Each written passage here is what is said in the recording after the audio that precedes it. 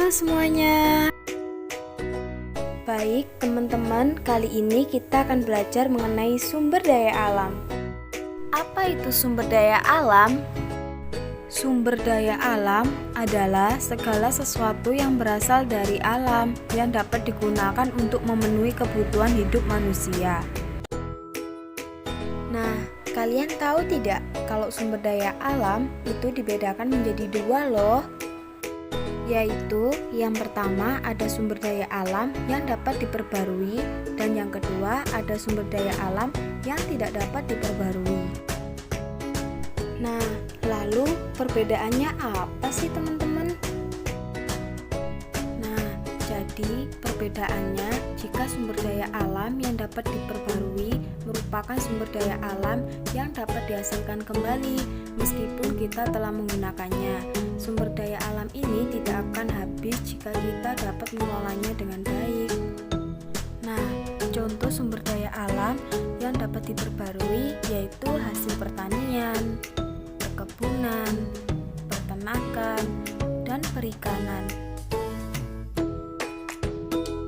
Nah, selanjutnya adapun sumber daya alam yang tidak dapat diperbarui merupakan sumber daya alam yang tidak dapat dihasilkan lagi setelah kita menggunakannya.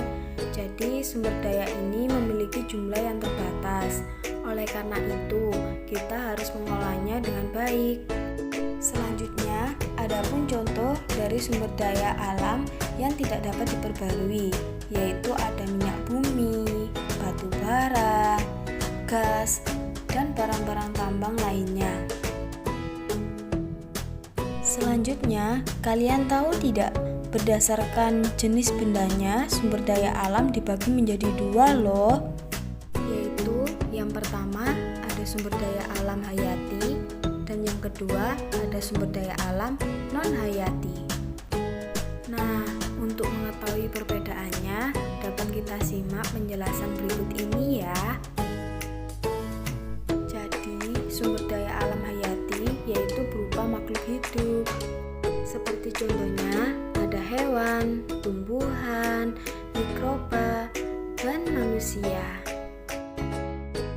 Dan untuk selanjutnya, sumber daya alam non-hayati adalah sumber daya alam yang bukan berupa makhluk hidup.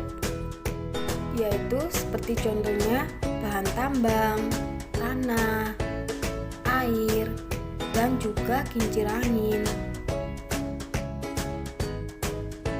Selanjutnya, kita akan membahas tentang pemanfaatan sumber daya alam.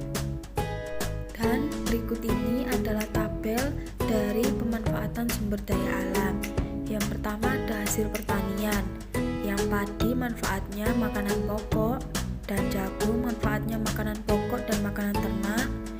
Lalu kacang kedelai manfaatnya bahan baku tahu dan tempe, bahan baku kecap, dan bahan baku susu. Lalu yang kedua yaitu hasil perkebunan.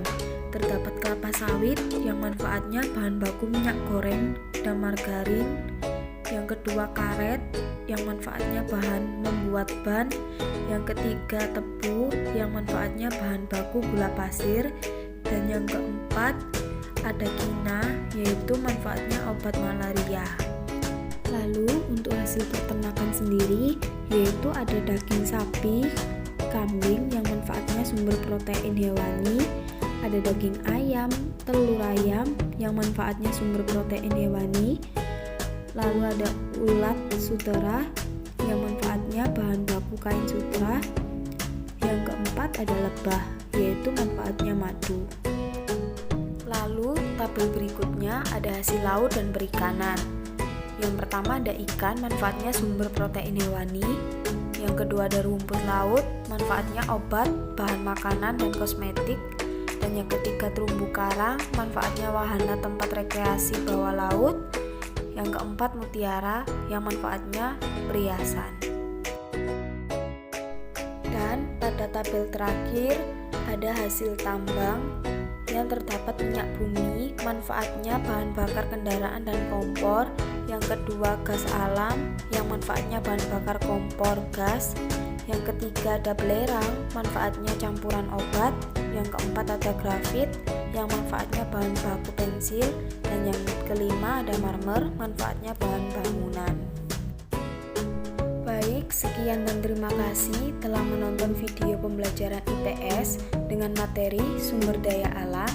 Saya ucapkan wassalamualaikum warahmatullahi wabarakatuh.